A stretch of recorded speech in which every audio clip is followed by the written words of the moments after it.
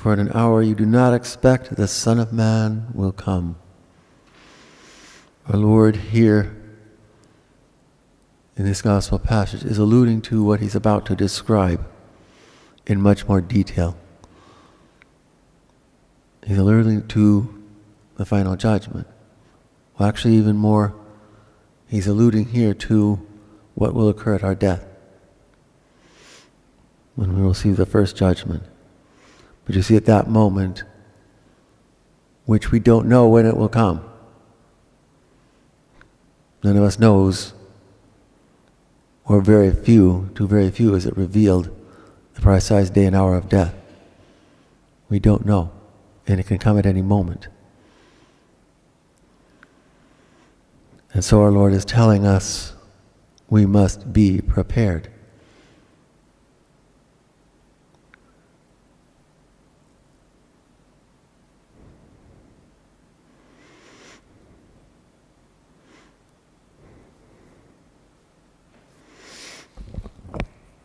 Because we don't know precisely when he will come.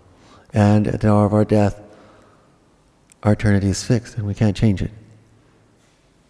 Here in this life, so long as we live, we are determining what our eternity will be. And we can merit.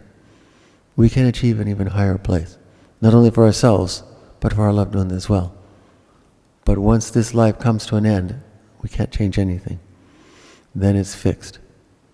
So we have to be prepared now. That's what God, our Lord, is telling us. We cannot be loose, which is what he's referring to with the beating of the servants, etc. And that wicked servant who doesn't care, doesn't pay any attention, and goes on ahead and commits all of his sins. And then what happens? The time comes, and then it's too late. See, we have to be prepared now. We have to be seeking the truth now and following it. And there's the perhaps main characteristic of the life of the saint we celebrate today, actually one of the Church's greatest doctors, the Bishop St. Augustine, and one of the Church's greatest theologians. He did at least sincerely seek the truth throughout all of his life, but it took him some time to find it. He was a teacher of rhetoric, one who works with words and argues. You have to seek the truth, try to reason out the truth. And he did. He made many mistakes following it, trying.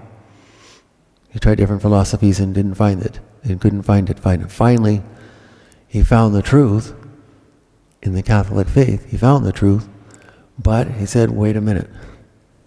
He also had another problem. He was caught in a particular sin. The general term for it is called lust. He had a mistress. And then when she died, he got a second one. He also had a son out of wedlock from the first one. So he just still wasn't ready. His saintly mother, whom we celebrated yesterday, sought his conversion for 32 years it took. At the age of 32, finally, in a place far away from their home. They were from northern Africa.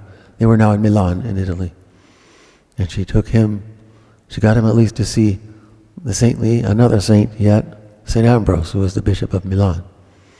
And it was while he was there, finally, he had already come to the realization intellectually that the Catholic faith was the true faith. But he just wasn't ready to make that complete conversion. Till finally, while he was at the house where they were staying, he heard a voice calling him out to the garden, and he heard it while he was walking in the garden. He heard a voice saying, pick up and read. And it was the scriptures. It was I believe it was a verse from St. Paul to the Romans. But he read the verse, I can't remember exactly what it was. And at that moment, grace finally clicked with him.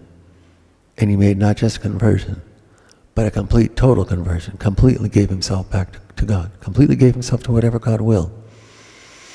Not only himself, but his son, and another friend who was staying with him. They were all baptized.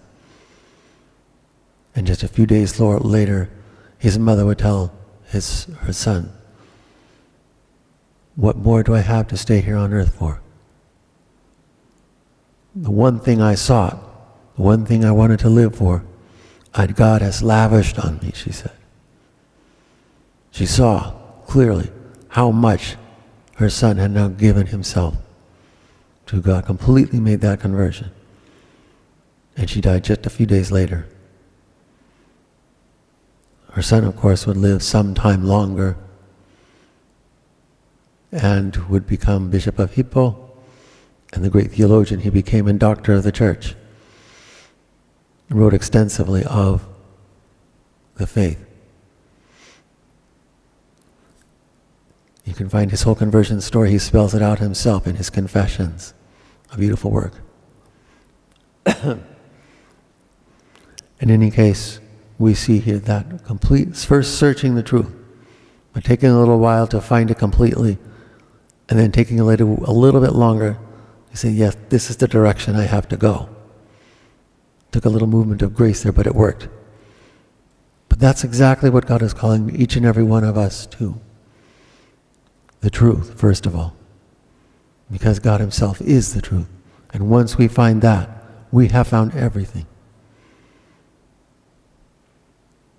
And you see, and then we must follow completely. We are doing that, then we are ready for when our time comes. And then we can follow the great St. Augustine, his great saintly mother, St. Monica, and all of the saints into complete, total union with God in paradise. Praised be Jesus and Mary.